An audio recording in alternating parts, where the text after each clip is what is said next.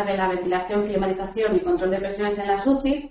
Y como caso práctico vamos a hablar de la UCI del Hospital Niño Jesús, que se ha desarrollado entre los meses de agosto y diciembre del año 2016.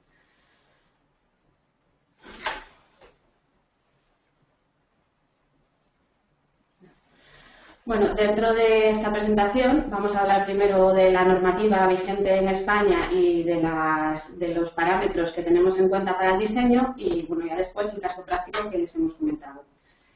La normativa hay que tener en cuenta que las UCIs son salas de ambiente controlado dentro de un hospital, por lo que tienen ciertos parámetros que son mucho más restrictivos que otras áreas dentro de este mismo centro, como son la temperatura, la humedad, calidad de aire, presión sonora máxima y presión diferencial. Dentro de las salas de ambiente controlado nos regimos por las siguientes normativas. La norma UNE 100.713/2005 de instalaciones de acondicionamiento de aire en hospitales, el RITE y todas sus modificaciones, es el Reglamento de Instalaciones Térmicas en Edificios y las recomendaciones de la CDC americana. Aquí hay que tener en cuenta que la norma UNE nos da unos parámetros que son muy restrictivos, pero todo lo que estudiemos tiene que cumplirse también con el RITE. O sea, uno no quita que cumpla lo otro. Vale, la norma UNE 100.713 de hospitales tenemos que tener en cuenta sobre todo dos parámetros. Bienestar térmico, que son la temperatura y la humedad, y luego ya la calidad de aire. Dentro de lo que se clasifican los locales, la limpieza que tiene que tener el aire exterior y qué caudal hay que impulsar de aire exterior en cada zona, si se puede o no recircular y qué cantidad puede recircular, y luego la circulación de aire entre las estancias. Dentro de la calidad de aire, las clases de locales son de dos tipos. Clase 1, que son las que tienen unas exigencias muy elevadas en la calidad de aire, y la clase 2, que tiene unas exigencias más normales, se pueden considerar.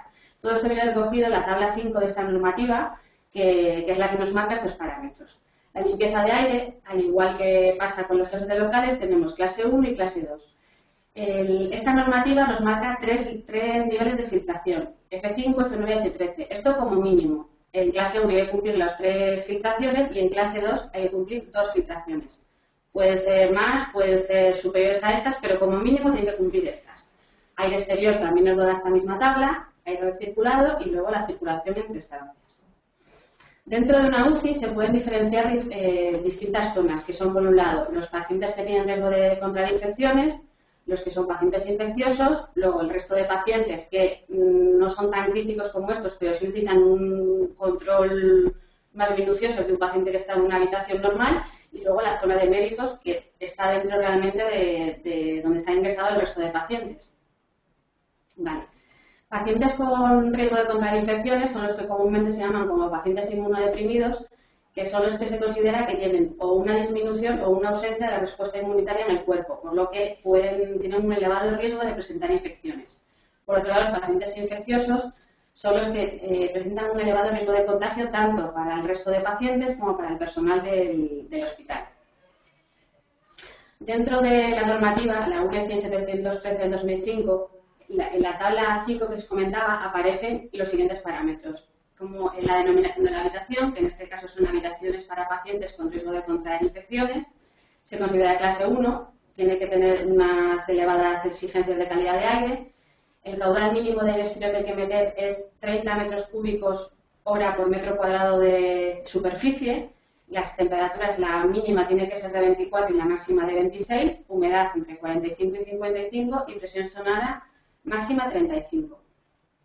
En el caso de infecciosos, sería un local de clase 2, las exigencias de la calidad de aire de entrada no son tan altas, pero aquí sí que tenemos que tener en cuenta que no se puede recircular y la extracción tiene que ser considerada como tipo 1 y alejada de cualquier otra extracción, porque lo crítico es que este caudal de aire no se mezcle con el resto de caudales del hospital para evitar cualquier contagio. El resto de pacientes se considera también un clase 2, pero en este caso la extracción no es crítica porque estas personas no presentan un riesgo de contagio.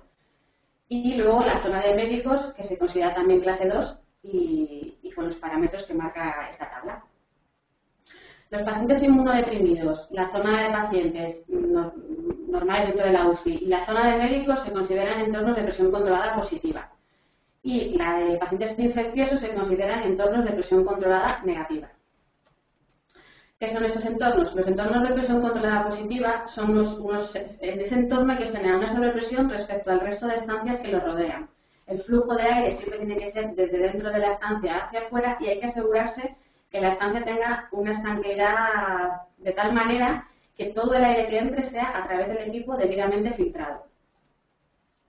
Por otro lado, en los entornos de presión controlada negativa hay que generar una depresión respecto a las estancias que lo rodean. El flujo de aire siempre tiene que ser de fuera hacia adentro y lo mismo que ocurre en positiva tiene que generarse una estabilidad de la estancia, de tal manera que todo el aire que salga de la estancia sea a través del equipo para evitar cualquier tipo de contagio, como ya os he comentado. Para el diseño de estos equipos, el cálculo de los equipos, los parámetros que se tienen en cuenta como críticos está el caudal. El caudal mínimo se calcularía como el volumen de la estancia con un número de renovaciones o cambios de aire a la hora. Estos valores que tenemos aquí para inmunodeprimidos, infecciosos, pacientes y médicos, la norma española no los marca. Esto lo cogemos de la CDC americana y de las recomendaciones que nos dan. Y luego lo que sí nos marca la 10713 es un caudal mínimo del exterior. Aquí hay que tener en cuenta que este caudal mínimo del exterior a veces es menos de lo que marca el RITE, por lo que tienes que tener en cuenta que el RITE en IDA 1, que es lo que sería un hospital, te marca 20 litros segundo persona. Entonces aquí tienes que comparar los dos términos y siempre quedarse con el más restrictivo. Etapas de filtración, como ya les he comentado, están los locales de clase 1 que como mínimo tienen que tener estas 3 etapas y la última etapa, que es la de EPA, tienen que estar en difusores terminales en el techo de la estancia. En locales de clase 2 tiene que cumplir dos de estas etapas de filtración y en este caso, si por ejemplo fuese F9H13, no habría problema en que la H13 esté en el equipo. Aquí ocurre lo mismo que hemos comentado con el RITE. Normalmente, siempre en hospitales, la norma 1 ya nos va a dar lo más restrictivo, pero si fuese una ODA 3, IDA 1, hay que tener en cuenta esto para ver qué etapas nos marca.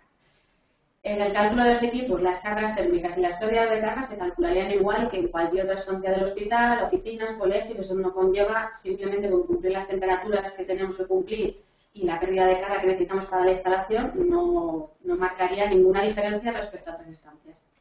Y bueno, ahora le paso el turno a Fernando para que os comente los equipos que diseñamos en aire limpio y el caso práctico de Niño Jesús. Muchas gracias. Gracias, María.